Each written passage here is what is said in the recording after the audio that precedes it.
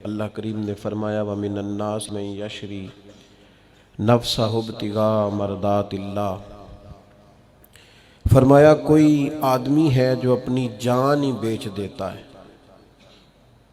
اپنی جان ہی بیچ دیتا ہے۔ کوئی شخص کس رستے میں بیچ دیتا ہے؟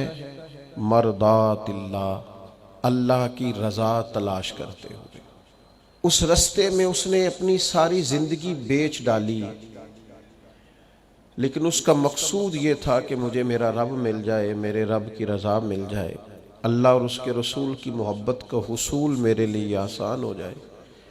اس رستے میں اس نے جان ہی بیچ دی۔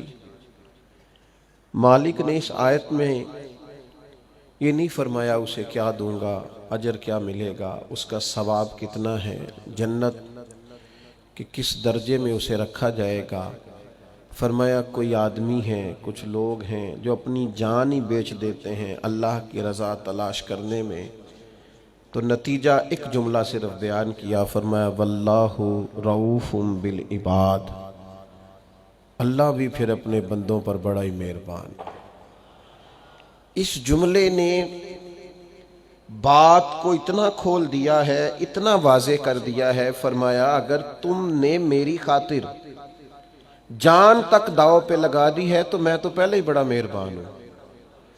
یعنی ایک شخص جو اللہ کے رستے میں اتنی جد و جہد کرے کہ جان تک بیچ دے، تو کریم فرماتا ہے کہ پھر میں اپنے بندوں پر مہربان ہوں۔ یہ آیت حضرت صہیب ابن سنان رومی رضی اللہ تعالیٰ عنہ کے متعلق نازل ہوئی تھی۔ بڑے تاجر تھے، مکہ مکرمہ سے ہجرت کر کے مدینہ طیبہ حاضر ہو رہے تھے۔ رستے میں کفار نے روک لیا، انہوں نے کہا ہم آپ کو مدینے نہیں جانے دیں گے۔ تو جناب صہیب ابن سنان کہنے لگے اب تو مدینے جا کے رہوں گا، او جنت کس کاری جتھے یار نظر نہ آوے، تو جاؤں گا، اب یہاں کیسے رہ سکتا ہوں۔ انہوں نے کہا کہ ہم تو آپ کو کسی صورت بھی مکہ مکرمہ کی حدود سے نہیں نکلنے دیں گے۔ تو جناب صہیب ابن سنان نے نا بڑے اطمینان سے، جن لوگوں کے پاس کوئی مستقبل ہوتا ہے نا اور کوئی نظریہ ہوتا ہے اور جن کے پاس کچھ عزائم ہوتے ہیں، کچھ مقصد زندگی ہوتا ہے، وہ بڑے بردبار لوگ ہوتے ہیں، ان میں بڑا تحمل ہوتا ہے، ان لوگوں کے اندر بلا کا اطمینان ہوتا ہے۔ حضرت صہیب رضی اللہ تعالیٰ عنہ فوراً کہنے لگے بھائی میری آنکھیں پڑھ لو، چہرہ دیکھ لو، اور میری گفتگو کے اندر جو باکپن ہے اسے ملاحظہ کر لو، مدینے تو میں جا کے رہوں گا۔ سنا تھا کہ آستانہ یار دور ہے، پر ہم نے بھی ٹھان لی ہے کہ جانا ضرور ہے، اور موقوف طور پر ہی نہیں جلوہ دید کچھ ہوش اڑ گئے جہاں پر وہیں کوہ طور ہے۔ جانا تو مجھے ہے، میں تمہیں دو باتیں بتائے دیتا ہوں، یہ تو طے ہے کہ میں جاؤں گا۔ دو باتیں بتائے دیتا ہوں، ایک تو یہ کہ اگر تم مجھے روکو گے تو میں اپنے ترکش سے تیر نکالوں گا، چلاتا رہوں گا، یا مر جاؤں گا یا مار دوں گا۔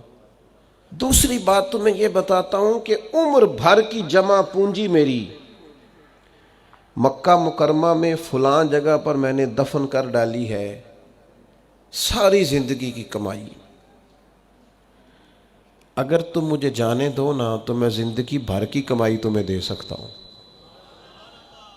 فرمانے لگے کل زندگی کی جمع پونجی، بڑے تاجر تھے، زندگی میں بڑے منافع حاصل کیے، بڑا کمایا۔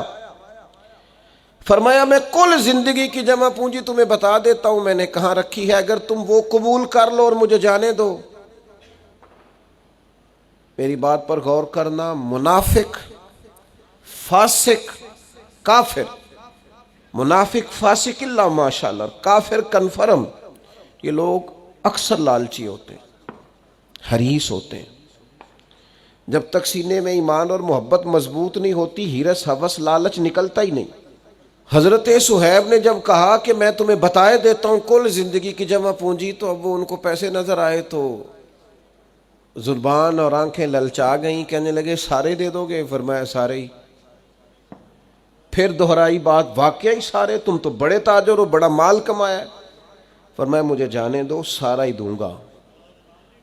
حضرت سیدنا صہیب ابن سنان سے انہوں نے کہا پھر ایڈریس بتا دیں کہاں دبایا ہے مال، فرمایا فلاں جگہ فلاں کونے میں نے گڑھا کھود کے مال دبایا، وہ تمہارا، مجھے مدینے جانے دو۔ قربان جائیں، ساری زندگی کی جمع پونجی دے کے نہ تو حضور کے مدینے پہنچ گئے، کل زندگی کی جمع پونجی دے کے مدینے پہنچ گئے، اور جب سرور کائنات کی بارگاہ میں پہنچے نا تو بتانا کچھ بھی نہیں پڑا۔ خیال آیا مسلمان نیک و بد پہچان جاتے ہیں، محمد آدمی کے دل کی باتیں جان جاتے ہیں۔